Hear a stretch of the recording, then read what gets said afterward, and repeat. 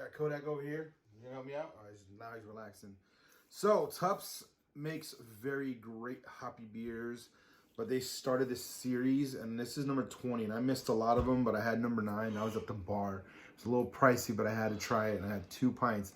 And I tell you what, be careful. It lit me up. I was like, no, give me a cheap beer because I need to thin this out. Ooh, it was so good. So, DDHIPA. Says it right here on the can, just in case you forget.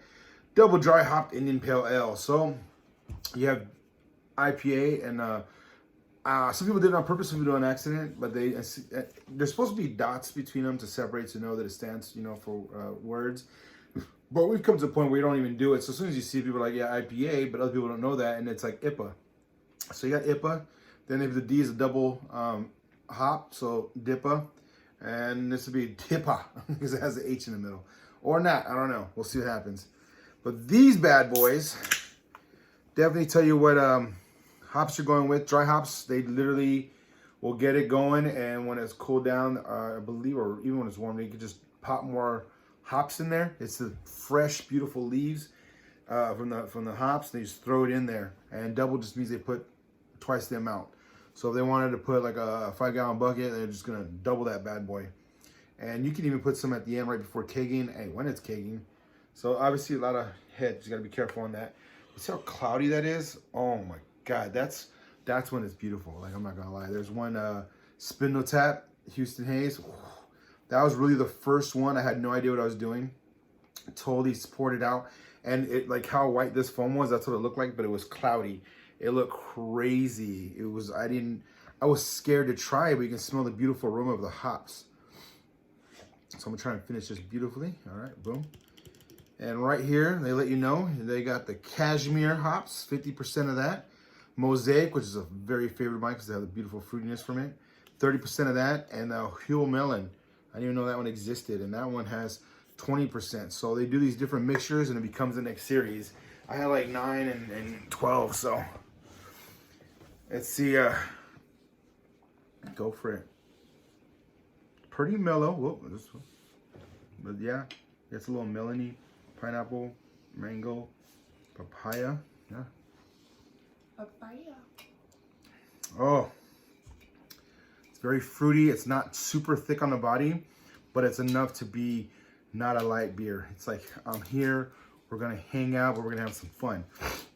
It's gonna be light enough. We can definitely throw a little more down. You're gonna feel that 7.8. So be careful. It smells like a dream. Honestly, almost like a dreamsicle, but beer form. Has a very present bitterness, but it gets rolled over with all that juicy fruitiness. Let's see if my girlfriend likes, because she's a hit or miss. Sometimes you get these funky ones and she'll love them. And then you get one that smells amazing and she's like, ah, it's too hoppy. So we'll see on this perspective of someone that's not big on hops. She shook her head. So the way this fruitiness balances out with the bitter, it doesn't offend her. The bitterness is too intense. She's more of a delicate palate, so she can definitely catch bitter right away. It hits harder. So anyone that's a sensitive taster is not big on it. This is when you can enjoy with your friends, and I promise you, once you get a couple sips down and the alcohol starts kicking in, you'll easily drink the rest of it with no problem. But you got to get the first 2 sips down. With beer and good bourbon, get a little nip in there. And then you go ahead and you can start drinking. Because if not, with bourbon, you burn your taste buds out. With this one, that bitterness, the first taste of bitterness is going to smack your tongue. So you don't put a lot. Take a big swig, now you got all this extra wave of bitterness just hitting your tongue. That's why I do little sips. People think I'm being silly, but I'm really trying to get past the bitterness and really trying to see if there's fruit flavors, or if you get that hazy, or if it's a little more malties in there, or if it's fighting it. And it's really hard. I'm still practicing. I'm still learning. I'm not a master of it, but definitely that's going to be what you do on your own to start getting the hang of it. And once you start connecting the memories and then you have more beers that are familiar with it, easy peasy, lemon squeezy. So these are a little more expensive. 6-packs like 14 bucks, 13 bucks. But I'm telling you, a 6-pack of 7.8 is all you need. It's basically a 12-pack in your hand. That's it. But so much more flavor. So I got my 8th Wonder glass. I've been there a few times. It's a fun place to kick it. But this beer is what you really want. Make sure you see what it looks all right. Series 20. It's out. DDHIPA.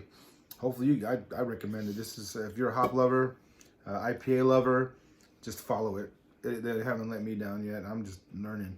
So anybody else, you'll probably be happy and you get your high ABV, which some people just, that's all they want. So either way, I highly recommend this beer. If I had extra thumbs, I'll let you know.